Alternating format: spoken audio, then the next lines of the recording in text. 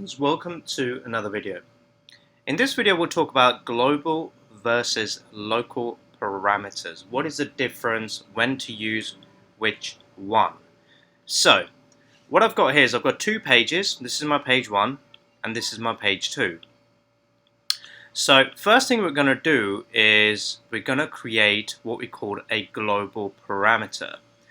And a global parameter is normally set under the gear icon. So if you go to the gear icon, go over to tools, and you've got something called custom parameters. Now I've set one here, so what I'm going to do is I'm just going to delete it because we're going to do a brand new one. And we will bring it here. Here you can go ahead and name it, call it global, or whatever you want to call it. I'm just going to call it global parameter for now. Okay? And I'm going to give it a static value of this account ID, for which we will use to bring back the contacts later. So take the ID, pop it in here, paste, click apply. So that's my global parameter. Now global parameter is accessible almost on every page. So every page that you set up, a global parameter will be accessible. A simple difference is, like, let's say you set up a local parameter to a page, it will only be available on that page. If you go to another page, that parameter will simply disappear. How does it work? Let me show you. So let's say I set up a button. We'll make it a bit wider.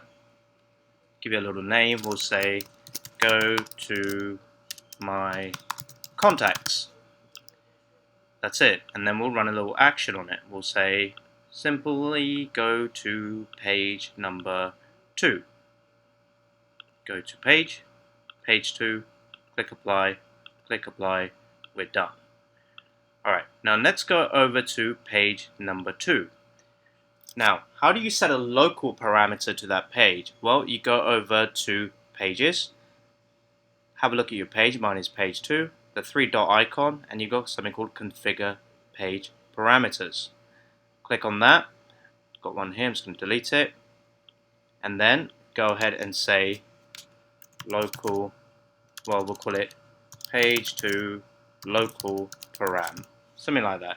And it doesn't have a value in there, so it's all good. So I'm going to click apply. Next, what I'm going to do is I'm going to bring a little table. Let's bring a little table here, and we're going to bring back from a contact where account ID must equal my local global parameter. No, sorry, not the global, but the page 2 local parameter. Okay, it must equal that. If it's true, I want you to bring back full name, email, and then account ID. And we'll reference this to account name, like that. Alright, very, very simple. Then on top of that, I'm actually going to execute this with a button. So we'll bring the button here, make it a bit wider, and I'm going to bring a secondary button over as well. So these are my buttons. Just going to align them, and we're good. Alright, so what the first button is going to do is just simply going to execute that action. Execute get. So let's go ahead and set up our get. The get is actually already configured. It's in Salesforce, but I'm just going to change it into a user action like this. Close. And then I will just simply assign it. Configure action, run a Salesforce action, run a get, click apply, apply, and done.